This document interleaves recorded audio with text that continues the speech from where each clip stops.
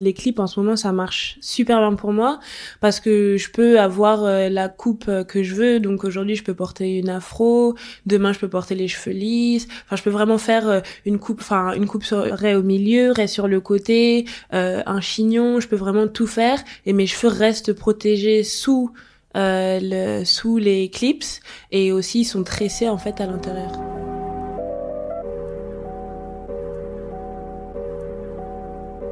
Bonjour et bienvenue dans On Hair, le podcast qui fera parler vos cheveux.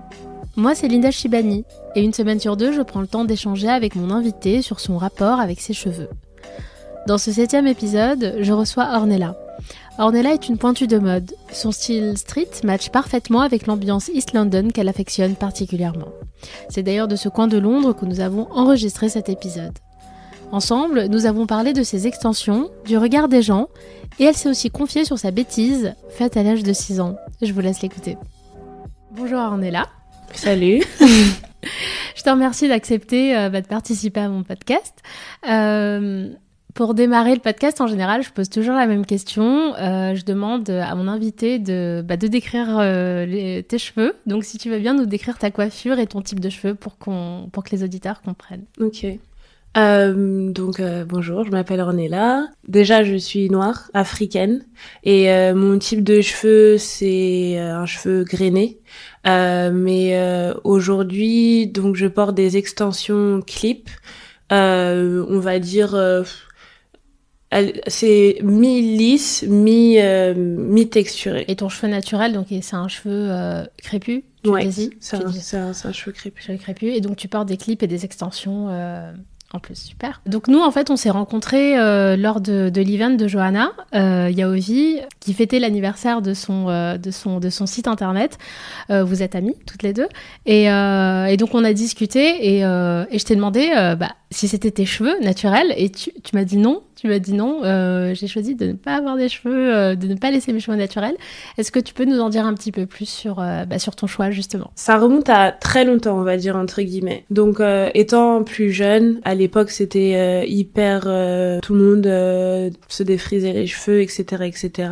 Mon cuir chevelu, il était très fragile, sensible. Et donc, à chaque fois que je me défrisais les cheveux, en fait, ça me cramait le cuir chevelu. Mais intensément, c'était pas... cramé, c'est vivable. C'était plus cramé, en fait, c'est pas beau et ça pèle et c'est horrible. Et donc du coup, je demandais à ma mère parce que je voulais continuer à me défriser les cheveux, bien évidemment. Donc j'ai demandé à ma mère de m'acheter un défrisant pour enfants. Et à l'époque, j'avais déjà 15 ans. Donc les défrisants pour enfants, je pense que ça va jusqu'à 10 ans max. Et donc même avec le défrisant pour enfants, en fait, ça continuait à me cramer le cuir chevelu.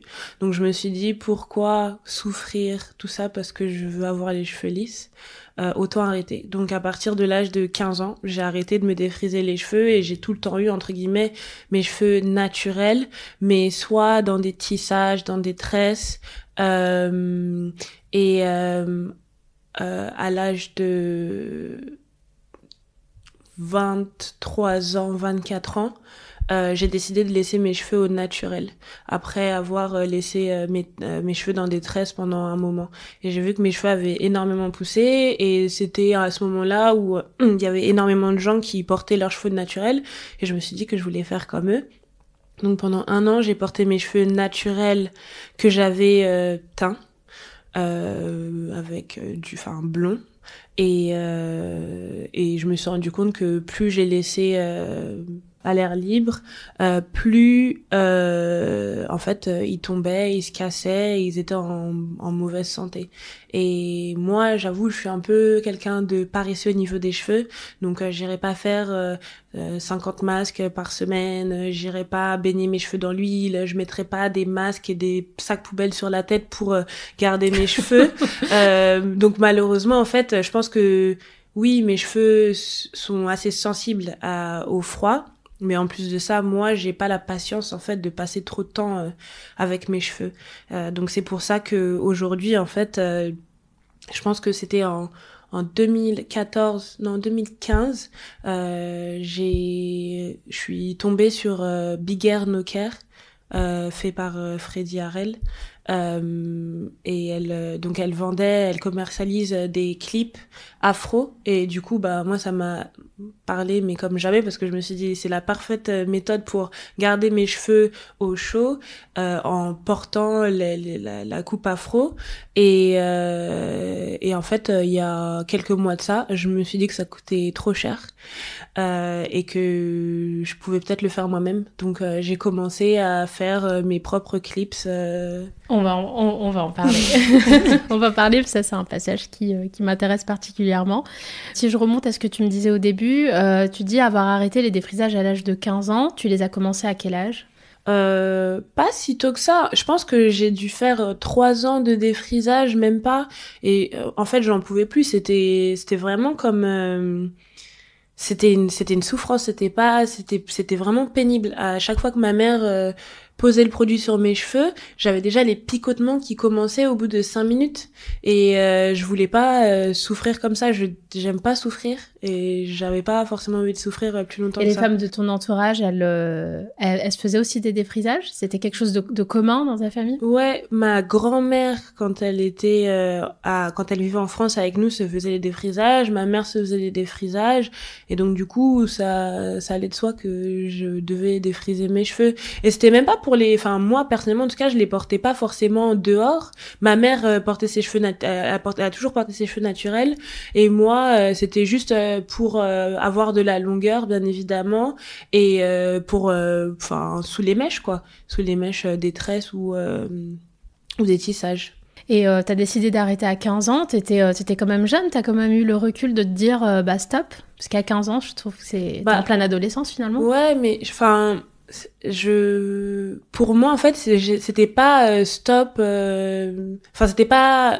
c'était plus j'ai pas envie de souffrir. C'était pas pour commencer un mouvement ou montrer quelque chose, c'était vraiment personnel, c'était je n'ai pas envie de souffrir. C'est comme si je sais pas, t'as un chien, vous vous amusez, vous rigolez, il te mord, t'as pas envie qu'il te morde. Moi, c'était la même chose, en fait. C'était vraiment... tes cheveux ne supportaient pas le voilà, produit. Exactement. Pas du tout. Et je trouvais que c'était moche.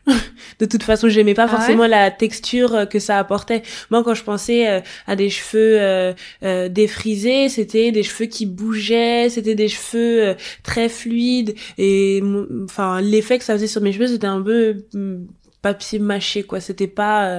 ça donnait pas envie, personnellement. D'accord. Ça donnait pas envie. Quand tu dis qu'à l'âge de 22-24 ans, t'as laissé tes cheveux naturels, c'est-à-dire que tu te tressais, tu faisais des tissages ou tu portais des tresses, en fait Non, c'était mes cheveux au naturel. Donc le soir, je me faisais des petites tresses pour entretenir mes cheveux et pour m'assurer que j'ai pas de nœuds dans les cheveux, etc. Et le lendemain matin, je défaisais mes tresses et je les laissais... dans leur splendeur. Et là, en fait, tes cheveux ont poussé, et parce qu'en fait, finalement, ils étaient protégés, c'est ça ? Puisque quand tu as décidé d'arrêter les tresses, tu dis que tes cheveux étaient sensibilisés à l'air libre, en fait. Ouais. Donc finalement, c'est que tu as toujours eu besoin en fait de protéger tes cheveux exactement. Pour les garder en bonne santé. Exactement. Et c'est pour ça que les clips en ce moment ça marche super bien pour moi, parce que je peux avoir la coupe que je veux. Donc aujourd'hui, je peux porter une afro, demain je peux porter les cheveux lisses. Je peux vraiment faire une coupe sur raie au milieu, raie sur le côté, un chignon, je peux vraiment tout faire et mes cheveux restent protégés sous les clips, et aussi ils sont tressés en fait à l'intérieur.